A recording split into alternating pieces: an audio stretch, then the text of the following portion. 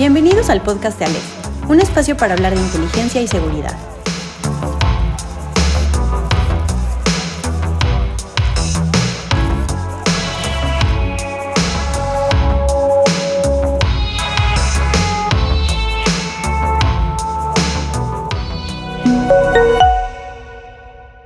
Pues hola a todo el auditorio de Aleph, me da mucho gusto darles la bienvenida a una nueva entrega de nuestra serie de entrevistas con líderes del mundo de seguridad corporativa y seguridad pública en México.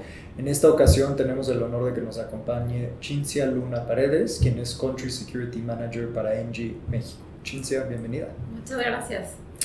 Pues mira, ¿por qué no comenzamos platicando un poco sobre tu carrera? ¿Cómo y por qué fue que te dedicaste o decidiste dedicarte al tema de la seguridad? O sea, es un tema que a mí siempre me ha gustado, ¿no? De hecho, hay una historia que siempre cuento que un poco mi primer ensayo fue en sexto de primaria. Ok, Ajá. O sea, muy al comienzo. Sí, exactamente, ¿no? Entonces fue un ensayo sobre democracia y seguridad.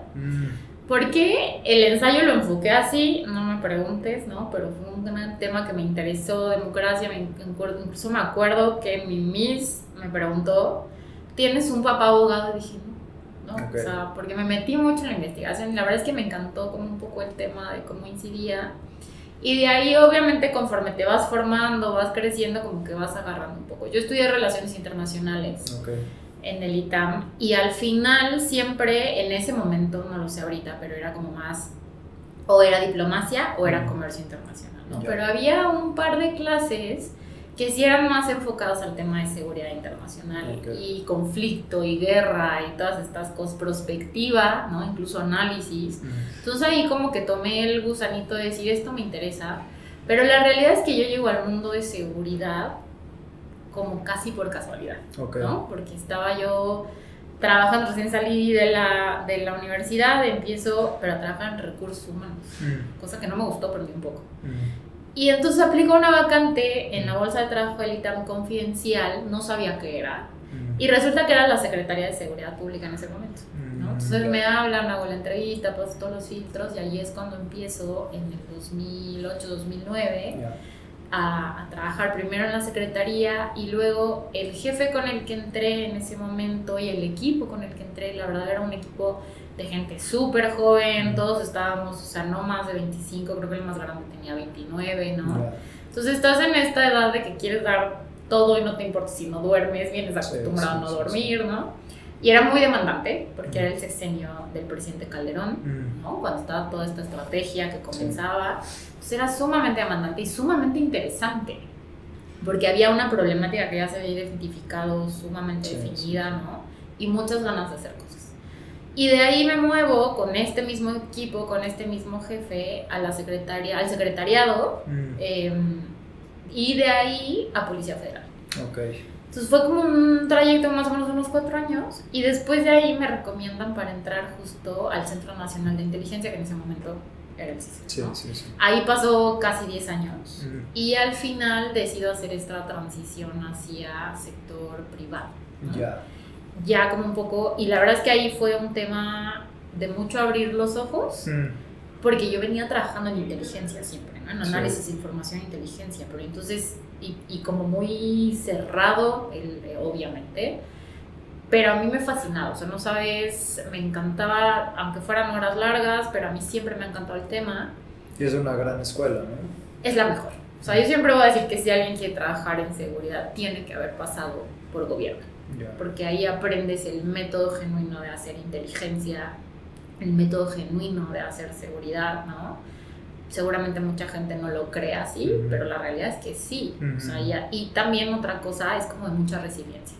Quien aguanta el ritmo de gobierno en seguridad es alguien que genuinamente tiene pasión por esto. Claro, ¿no? claro. Sí, totalmente.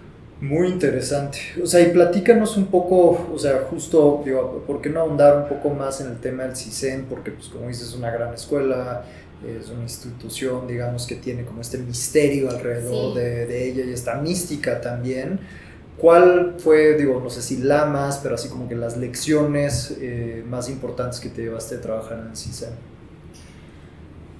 Yo creo que la primera es resiliencia, ¿no? O sea, hay situaciones dentro del mismo centro, porque además así está diseñado. Yo creo que el centro está diseñado y todo centro de inteligencia está diseñado para descartar gente de manera muy temprana, ¿no? Y que quien dura muchos años y dando resultados es genuinamente la gente que le gusta el tema y que tiene una fortaleza en el tema y en la investigación, ¿no? Ya sea de gabinete o ya sea operativa, puede ser cualquier cosa. Justo eso, ¿no? Es decir, si quieres, o sea, esto es no es de quien aguante, pero sí es de, a ver, muestra que vales estar aquí, ¿no? Al menos en ese momento así lo era. Y la otra, te diría yo que si algo no te apasiona, o sea, genuinamente, porque es una institución muy maravillosa que te enseña mucho, pero también tiene momentos muy frustrantes, claro, ¿no? Porque al final tú trabajas y de pronto solo ves un pedacito de las cosas, ¿no? Pero llegan esos momentos en donde veías el resultado y se reflejaba en el discurso del presidente, o sea, algo, y decías, para eso fue, claro, ¿no? Entonces era muy gratificante en eso, pero también había momentos dentro de ese proceso para llegar a la gratificación muy frustrante. Entonces también era un poco de decir, si esto de verdad te gusta, o sea, no importa esta parte y este reto, no verlo como una frustración, sino como un reto, ¿no? Sí. Si esto de verdad te gusta, este es el camino, y entonces stick to it, ya sabes, o sea, este es donde te tienes que quedar, exacto, ¿no? Y aprende de esto, y aprende de todas las personas, buenas, malas, que no te caen bien, que te caen bien, todos tienen algo que enseñarte, y entonces sigue como en este camino, ¿no? Ya. Y a ver, obviamente tienes esta trayectoria en donde estuviste en distintas instituciones del sector público, ahora obviamente estás en sector corporativo. ¿Cuáles dirías que son las principales diferencias en trabajar en seguridad desde el punto de vista de seguridad pública en comparación con el sector privado? El ritmo. El ritmo y la sensación de impacto, ¿no? O sea, el impacto que yo tenía cuando estaba trabajando para mi país, yo creo que nunca lo voy a volver a sentir. Claro. Por muy gratificante que es el trabajo que tengo en este momento, que me encanta, estoy muy contenta, es distinto, claro, ¿no? Ese impacto de decir, estoy haciendo esto por mi país, no estoy muy segura porque solo veo un pedacito, pero sé que esto está contribuyendo a la estabilidad y la seguridad nacional. Y la escala, pues es literalmente. Exacto, nacional. Y además siempre en el centro me acuerdo que era una cosa, y esta sensación, yo creo que muchos de los que estamos y estuvimos ahí, esta sensación de si no hago esto, se cae la patria, ¿no? Pues seguramente no pasaba nada, si no terminabas el párrafo, pero era esta situación de se va a caer, de mí depende este país, ¿no? Entonces esa urgencia y compromiso con el que no nada más estabas tú, sino el resto de tus compañeros, es algo que no ves tan sencillo en sector privado, claro. No el compromiso, pero la urgencia, ¿no? Como que siempre es un poco de, bueno, hay ritmos, hay procesos, no pasa nada, ¿no? Porque al final entienden que hay un proceso y como que el ritmo es más lento. No necesariamente es más eficiente uno que otro, sino son distintos, ¿no? Entonces el ritmo siempre, para mí ese fue como el primer shock al cambiar, ¿no? Y dije, esto está muy lento, ¿no? Entonces yo hacía todo súper rápido y decía, es que ya está. Entonces se me quedaba viendo con cara de chill, ¿no? O sea, no pasa nada si lo entregabas mañana. Exacto. Oye, y en términos como de evaluación de resultados, ahí no hay diferencias también, es decir, como siento que sector corporativo es como, estos son tus KPIs, son tus métricas, mientras que gobierno pues es otra mentalidad, ¿no? Sí, totalmente. Al final la mentalidad de trabajar en un negocio también es algo que aprendes en estas transiciones. Es que siempre debes de velar por el negocio, ¿no? Y debes de ser muy cuidadoso porque cualquier decisión que tú tomes o cualquier recomendación, mejor dicho, que tú des para la toma de decisiones impacta directamente en el negocio. Claro. Y es dinero. Sí. Y también la recomendación que tú des de poner una cámara de cierta es dinero, ¿no? Entonces, con esto en mente siempre debes de tener como esta justa medida de las cosas. Y cuando estás trabajando en gobierno no tienes esto en mente, ¿no? Claro. Al final dices, esto es lo que se necesita, esto es lo que yo estoy viendo y esto es lo que yo recomiendo. Y no factorizas la cuestión de dinero, porque en realidad no es un factor, ¿no? O sea, no seguramente las cosas también cuestan en gobierno. Por supuesto. Pero no es algo que sea un factor dentro de tu análisis, ni dentro de la recomendación que das. Sí. Y a ver, digo, creo que, o sea, por supuesto que la formación cada vez más de un profesional de seguridad, cada vez más hay recursos teóricos, carreras, maestrías, etcétera, pero soy mucho de la idea que creo que los profesionales de seguridad pues se forman mucho en la profesión, ¿no? O sea, en el día a día. Y creo que uno de los drivers de formación muy importantes es las crisis que te toca enfrentar. Sí. Entonces, en ese sentido, quería preguntarte, las que puedas platicar públicamente, obviamente, ¿cuál ha sido la crisis más importante que te ha tocado, con la que te has enfrentado y cómo la resolviste? O sea, creo que en realidad fue acá en Engie ya. Yo tenía 2 semanas, ¿no? Y llega una crisis tremenda en un sitio. Okay. De estas cosas que es lo que todos nunca deseamos que nos pase, ¿no? Y entonces ahí fue como mi primer golpe de realidad muy fuerte de entrar a este puesto, ¿no? Y de decir, porque a mí esta posición fue un crecimiento, y decir, todo lo que yo diga impacta no nada más en el dinero de la empresa, sino en la vida de esta gente, ¿no? Entonces ahí fue, yo creo que unos primeros 2 meses muy estresantes, ¿no? Yo no sé qué cara tenía, que todo el mundo me decía, pero no vas a renunciar, ¿verdad? Yo decía, no, o sea, no, quiero sacar esto bien y tal, pero la verdad es que fue, o sea, mucha la impresión, y en ese momento, o sea, por supuesto la angustia, pero al final, o sea, mi pensamiento fue, sí puedes sacar esto, porque tienes un método en la cabeza, ¿no? Claro. O sea, el método de inteligencia. Entonces vamos a ver, ¿qué sé? ¿Sé esto? ¿Qué no sé? Es esto, ¿no? Las preguntas básicas de inteligencia, y ¿qué no sé? ¿Qué no sé? ¿No? Entonces un poco hice yo misma mi plano de, ahora es que de conocimiento, ¿no? De facts. Busqué aliados, por supuesto, porque hay cosas que, a diferencia de cuando estás en gobierno, no puedes hacer de manera tan sencilla, ¿no? Y por lo mismo también recursos.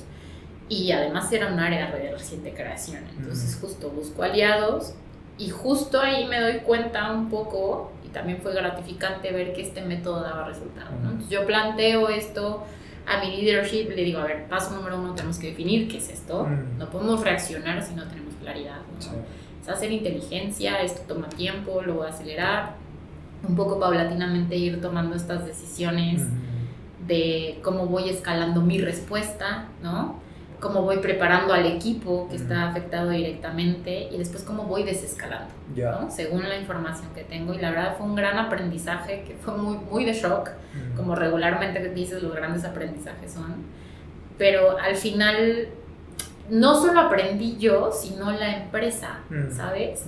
A que este es el método que voy a seguir en mi gestión. Entonces a partir de ahí como que fue muy natural cuando yo les digo, todo lo que yo hago trato de llegar con un análisis de inteligencia detrás, porque es muy sencillo llegar y decir, necesitas 2 de estos, ¿no? Y la verdad, eso, con esto en mente, ¿no? De hay recursos de por medio, es decir, necesitas 2 de estos porque está esto pasando, ¿no? Claro. Sí te va a costar esto, y el compromise es que te doy 1.5, ¿no? Y lo eficientizo, y entonces hago estas medidas, este action plan, y esto, o sea, un poco eso. Fue un gran aprendizaje, yo creo que para ambas partes. Pero es muy interesante el punto que dices, porque justo como que mucho el trabajo de inteligencia es entender, oye, la causa raíz de algo, ¿no? ¿Por qué está pasando algo? O justificar por qué argumentas algo. Y pues regresando un poco al punto que hacías hace un momento de que en el contexto de negocio, pues toda decisión o recomendación que emitas tiene que traer una justificación detrás para justificar el retorno de la inversión y demás. Entonces, de cierta forma, como que tu formación de inteligencia, aunque fuera del sector público, también te preparó para esto, ¿no? Sí, yo creo, o sea, yo soy fiel creyente de que la seguridad se tiene que hacer comenzando con inteligencia, porque si no, solo vas adivinando. Claro. ¿No? Y vas seguramente en un lugar donde podías poner 2 cámaras, porque la norma y solamente tu formación está enfocada a seguridad física, pone 5. Es un gasto extra y seguramente no es eficiencia de recursos, ¿no? Entonces, si haces un análisis detrás, y es algo un poco la estrategia que yo estoy llevando, ¿no? Súper granular, vamos a ver dónde estamos, vamos a ver cuál es la circunstancia que estamos enfrentando, y vamos a definir qué medidas estamos recomendando. Y luego vamos a ver qué podemos hacer, porque hay un presupuesto. Claro. Y entonces viene el compromise, ¿no? Yeah. Con el negocio, y al final es un equilibrio. Yeah. O sea, algo que yo he aprendido mucho en el sector privado es, hay que ser equilibrado, no hay que pedir por pedir, hay que ser equilibrado, teniendo en mente siempre el beneficio de una empresa. Desde luego. A ver, y digo, ya tocamos el tema de las crisis, pero creo que también otra figura bien importante en la formación de los profesionales de seguridad es justamente pues, los mentores que hayas tenido, o sea, la gente con las que has trabajado. En ese sentido, ¿a quién nombrarías tú? O sea, ¿quién ha sido gente en tu carrera que realmente contribuyó en gran medida a tu formación? Yo creo que tengo 3, Okay. ¿no? Una es el maestro Ricardo Márquez, con quien yo empecé a trabajar en seguridad. De Plataforma México. Exactamente. Bueno, una trayectoria enorme también. Sí.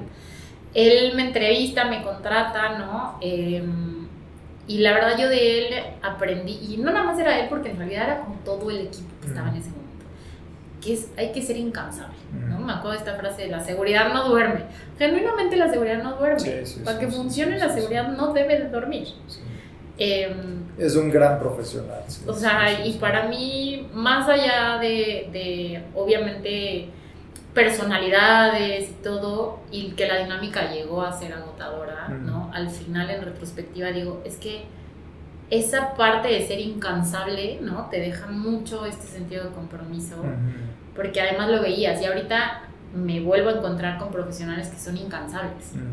Eso no sé si a todos, pero a mí me inspira, ¿no? Y entonces digo, ¿cómo yo me voy a cansar cuando ellos no se cansan? Claro. O al menos si se cansan, siguen, ¿no? Siempre encuentran la energía para seguir. Entonces yo te diría que ese es uno. Otro, cuando yo llego al CISEN, en realidad el CISEN no te explica qué vas a hacer, ¿no? Es parte de la mística. Es parte del misterio, digamos, ¿no? De decir, esto es tu oficina, esto es tu escritorio, esto es tu equipo, ¿no? Entonces dices, bueno, medio que te explican qué y tal. Pero la realidad mucho te dejan que tú la averigües, por eso digo que es como mucho de descarte desde inicio. Y me encontré a un gran señor, ¿no? Que era mi segundo, pero estamos hablando que el señor entró día 1 del CISEN, ¿no?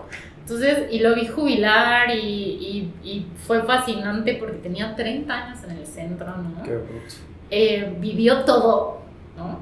Si quieres desde una posición pequeña y tal, pero tenía un conocimiento tremendo del método de inteligencia. Entonces justo él fue quien me enseñó qué era el centro, quien me enseñó cómo enfocar un poco más mi análisis, que debo decir que me enseñó a leer los medios, ¿no? Entonces él y le estoy infinitamente agradecida, porque yo creo que sin él me hubiera sentido perdida muchísimo tiempo, ¿no? Y creo que en un tercer lugar te diría que compañeros de trabajo, ¿no? Estos compañeros que conocí con el maestro Márquez, que hacíamos este equipo tan joven, tan incansable, que nos daban las 3, 4 de la mañana, pues nos estábamos riendo, que eso era algo muy bonito, ¿no? A pesar de que estábamos agotados y decíamos, ¿ya qué hora va a salir esto? Ya entregamos, ya nos queremos ir. Por supuesto que con el tiempo terminó siendo muy agotador. Pero en el momento en el que estábamos, creo que todos nos divertíamos mucho. Y también esta parte de responsabilidad que compartíamos, para mí fue muy inspirador, y además era un equipo tan integrado, que es a lo que yo aspiro, ¿no? Tener estos equipos que se rían juntos. No importa la carga de trabajo, siempre que te puedas reír con tu equipo es que vas por buen camino, ¿no? Claro. Esta parte de tenerle miedo a la gente, no, yo lo detesto, ¿no? Porque también es algo que vives en algún momento. Entonces yo trato de ser, o sea, sí exigente, ¿no? Y que ellos mismos sean exigentes consigo mismos, ¿no? Pero justo transmitirles esta parte de aquí no nos cansamos, ¿no? Sí, los recursos son limitados. Hace una semana les decía, aquí no nos va a vencer la pobreza, ¿no? Porque claro, estás haciendo un presupuesto y dices, ¿para qué nos alcanza? Entonces, aquí no nos va a vencer la pobreza, vamos a salir todos juntos. Como que estas cositas, y nos reímos juntos, ¿no? Y al final eso te hace mucha integración. Entonces, esta gente que yo conocí en mi primer trabajo de seguridad, es a la fecha grandes amigos, ¿no? Y que nos seguimos riendo de todas nuestras vivencias. Sí, ¿no? Tremendamente. Oye, y una pregunta, o sea, en todo este tiempo que llevas en temas de seguridad, ¿cuáles han sido, cuáles ves que se están volviendo como cambios estructurales en la industria? O sea, llámese desde las condiciones de seguridad misma que hay en el país, temas tecnológicos, o sea, ¿qué como tendencias así de largo plazo estás así poniéndole especial atención? Yo creo que la más importante es la profesionalización del puesto de seguridad, ¿sabes? O sea, antes estaba esta tendencia de que estaba Health, Safety, Security and Environment en una sola persona. Sí. Son temas completamente distintos, Sí, ¿no? totalmente. Entonces, esta parte de que las empresas, que es como yo llego a NG, ¿no? Que las empresas comiencen a reconocer la necesidad de una persona no sabe de 4 cosas, Claro. ¿no? Porque además, environment cada vez tiene más demandas. Sí, no, es todo un mundo. Desde global hasta leyes locales, leyes nacionales, ¿no? Entonces, environment es una regulación que no es sembrar árboles, es una cosa regulatoria muy intensa y más en una empresa transnacional, ¿no? Y health and safety en una empresa, en una industria, es básico, Claro. ¿no? O sea, no puedes tener incidentes que sean como un lost time accident, que sean una cuestión de la salud de la gente, ¿no? Claro. Por falta de procesos. No, y en industrias con la todavía más, ¿no? Porque ahí la vida va de por medio, Exactamente, o sea, ¿no? sí, Y sí. luego está security, que en México, ¿cómo no vas a tener a alguien que sea Claro. especializado en security? Entonces yo veo esta misma tendencia en muchas empresas, ¿no? Que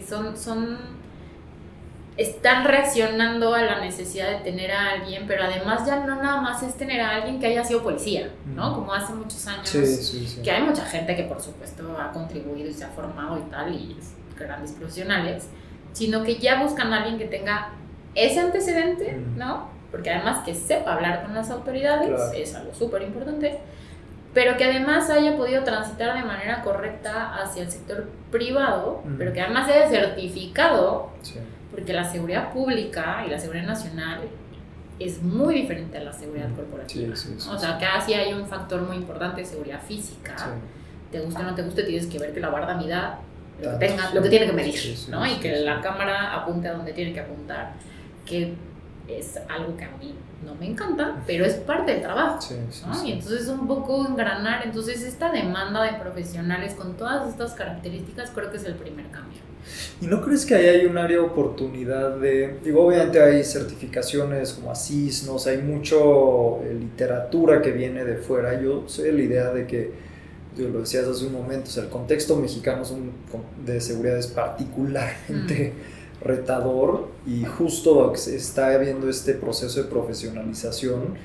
En Aleph creemos que es bien importante que ese proceso venga acompañado como de lecciones de aquí, es decir, que los profesionales de aquí estén nutridos de conceptos que hayan nacido del contexto de aquí, ¿no? Luego en México siento que vemos mucho hacia afuera, ¿no? Estados Unidos, Israel, y son pues lugares y contextos con retos muy distintos a los nuestros, ¿no? Totalmente, no, sí, porque la realidad mexicana es tan particular, pero además alguien un día dijo en un foro, ¿no? Otra directora de seguridad dijo que la seguridad en México son 2 cosas.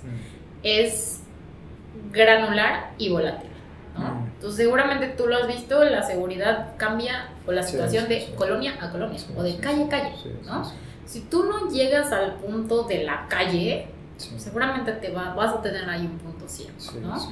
Pero o sea, este reconocimiento de que es así, de cambiante y de que requieres un cierto grado de expertise, creo que es algo que apenas está como empezando a reconocer en México. Hay muchos profesionales, pero sí hay un impulso y un deseo por parte de los directores de seguridad de empresas transnacionales en este país de generar esto, ¿no? De decir, ¿por qué? Con todo esto que enfrentamos todos los días, que no es fácil, que además hay que ser sumamente creativo, ¿no?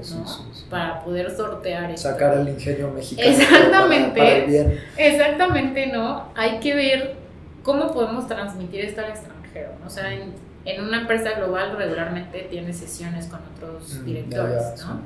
Entonces a mí siempre me dicen, ¿y qué está pasando en México esta semana? ¿no? Entonces cuando les digo, no, la verdad es que está tranquilo, ¿no? Me dicen, ¿pero cómo va a estar tranquilo México? Entonces ahí es donde te das cuenta que dices, bueno, pues que ya hice A, B y C, ¿no? Pues como que mitigué esta parte. Y escuchas a los otros países y de pronto te dicen, es que entraban y entonces pusimos una bardita de 60 centímetros y ya no se meten. Y dices, O sea, yo pongo eso y se la brinca, claro, ¿no? Pero es se otro... Sí, exacto. Sí. Es otro contexto.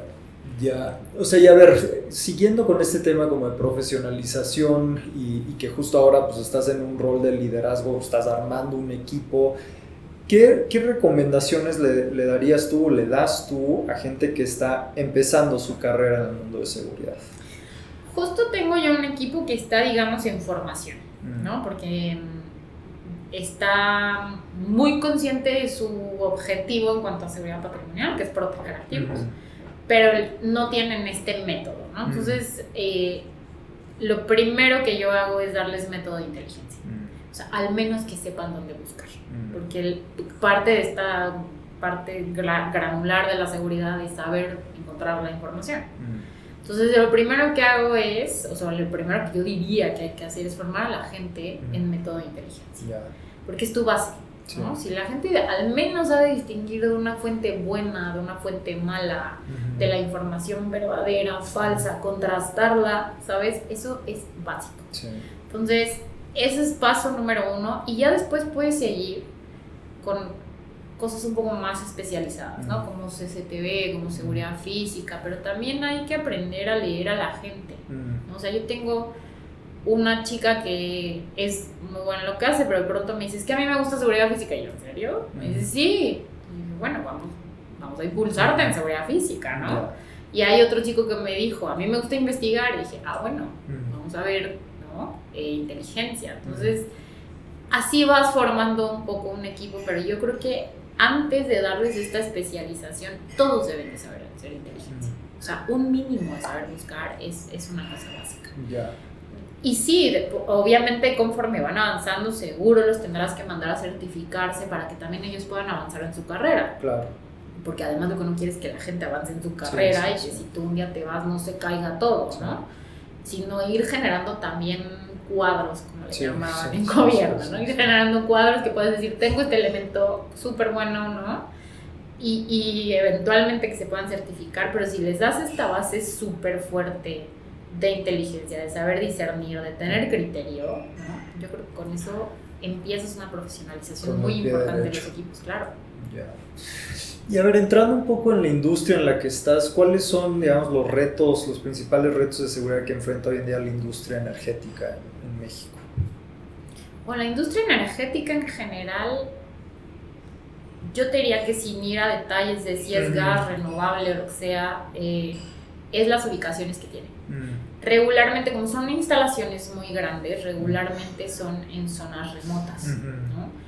Eso te expone muchísimo a la gente. Son instalaciones que además tienen, si no es que son no monitoreadas, es decir, que no tienen gente, que nada más las tienen que ir a ver una vez en cierto tiempo, son instalaciones que tienen muy poquita gente, ¿no? Pero al final es muy poquita gente que tienes que tener viviendo muy cerca a la instalación en un lugar remoto donde seguramente no vas a tener o señal en todo el camino, que se puede ser como el menor de tus problemas, o probablemente estés cerca de una zona con presencia de grupos delictivos de delincuencia organizada, ¿no? Entonces, esa exposición, y además no lo puedes mitigar, porque ahí tiene que estar. Tienes que ir. Ahí pega el sol, ahí da el viento, ahí era la ubicación, ¿no? O sea, tienes que ser, ahora sí que muy creativo, pero también educar mucho a la gente.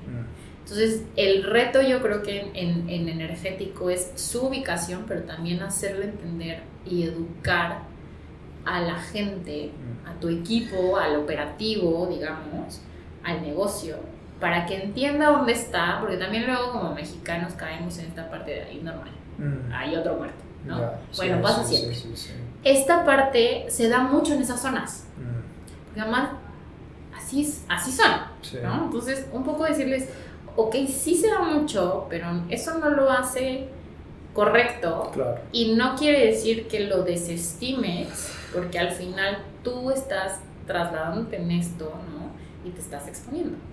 Entonces ahí el reto es, no nada más tienes que cuidar la instalación, tienes que cuidar a la gente de la ciudad, ¿no? Yo diría las ubicaciones. Y que además, digo, obviamente las empresas pues europeas, americanas tienen también este tema del duty of care, que pues es hasta un requisito legal, ¿no? O sea, ese tema pues es absolutamente crítico. Pero más allá de que sea un mandato, digamos, legal, es básico. Claro. O sea, el activo más importante de una empresa es la gente. Sí, tu gente. Porque es irreemplazable, ¿sabes? Y además, o sea, si ya lo ves desde el punto de vista frío, el riesgo reputacional, o sea, no, a lo mejor no para tu operación, pero el impacto reputacional de que una persona, por muy pequeñito que sea el puesto, sea víctima de un delito grave, ¿no? O una muerte, esperemos que no nunca, pero eso, que salga a medios, es un impacto súper rudo para la empresa. Claro. Pues también ¿sabes? Vas cuidando todo en el camino. Sí. O sea, y hablando a ver, creo que obviamente una de las cosas con las que batallan mucho las áreas de seguridad corporativa es luego que las áreas más core, vamos a decirlo así, del negocio lo ven como un costo, ¿no? O sea, dicen, no, pues la seguridad es un costo.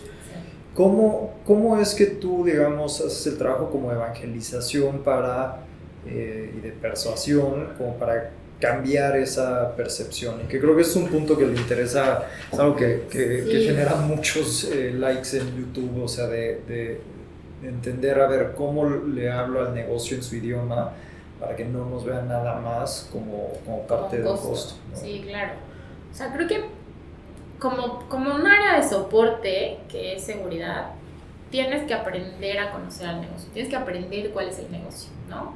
Esta parte de tú quedarte en oficinas centrales si quieres y ver todo desde ahí, no funciona. Te tienes que ir a los lugares, tienes que ir a ver cómo vive la gente, tienes que ir a ver dónde están las instalaciones, porque eso hace que ellos digan, está involucrado, ¿no? O está involucrada. Y quiere acercarse y llegar y preguntarles, ¿tú cómo vives aquí? ¿Cuáles son los riesgos que tú ves? Porque al final esa información es información de campo que tú no ves desde acá. Claro. Entonces, el ir a conocer los sitios y la gente es paso número uno, ¿no? Porque ya de entrada eso genera confianza a que te estás queriendo involucrar. Luego, otro, entender genuinamente cuál es el valor y la criticidad de cada uno de los activos, más allá de la gente. Sí. Y luego es, ya con todo ese conocimiento que vas acopiando, ¿no? Y que ya entendiste qué le importa al negocio y qué son sus riesgos y su exposición, es llegar y negociar. ¿No? Esta parte que te decía, el compromise de yo digo que por dónde estás y la criticidad de tu activo te tocan todas estas medidas de seguridad que cuestan tantos miles de dólares o millones de dólares. Pero si la gente se educa, la entrenamos y tal, y entonces ahorita lo ponemos y damos un periodo de ajuste y se puede bajar, ¿sabes? Llegar a este compromise. Cuando te ven hacer eso en la experiencia, un poco te ven conciliadora, pero te ven con fundamento, ¿no? Entonces es esta parte de decir, yo sé que cuesta, y también yo sé que cuesta y no te lo estoy pidiendo todo ahorita, vamos por fases. Eso es súper básico, entender que el golpe de dinero pesa mucho. Pero si tú dices, vamos a priorizar, vamos por fases, este es tu beneficio, ahorita tu incidencia es esta, con estas medidas lo puedes bajar a esto, ¿sabes? Dándoles un poco de números, porque al final ellos entienden números. Claro. Entonces, dándoles todo esto, a lo mejor todavía no podemos calcular, o es muy complicado en seguridad calcular esta parte del monto de dinero que te vas a ahorrar si inviertes, es muy complicado, porque prever un robo o predecir ¿cómo calculas algo que no pasa? Exacto, ¿no? Es nada más un estimado potencial. Pero si llegas con todos estos elementos y ya te vieron que vas a las plantas, que hablas con la gente, que los escuchas, ¿no?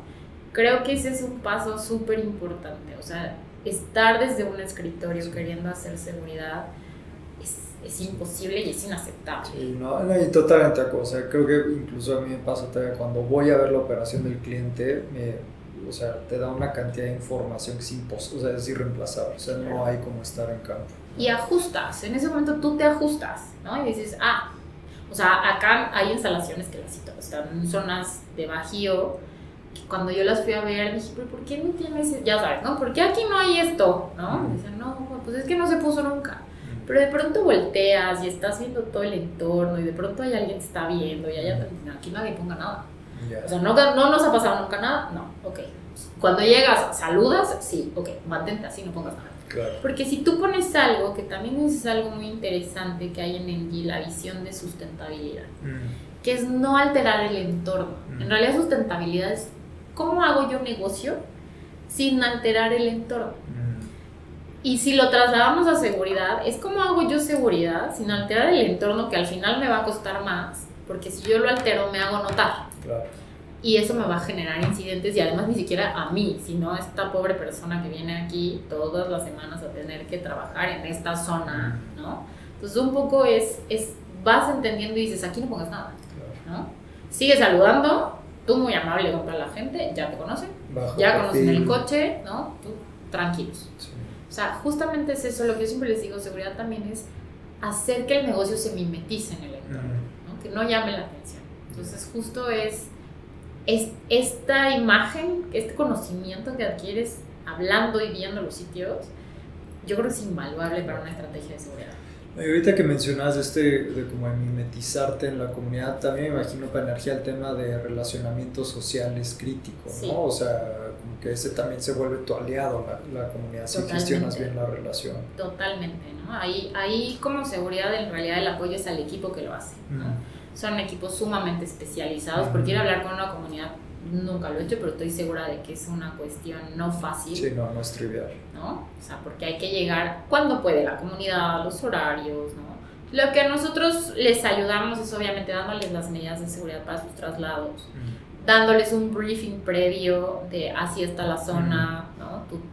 Cuidado, no sé, el alcalde, el líder de la comunidad, ¿no? Tiene un poco estos señalamientos, pero le interesa el desarrollo, como darles como estos pointers, ya sabes, para que sepan a dónde van.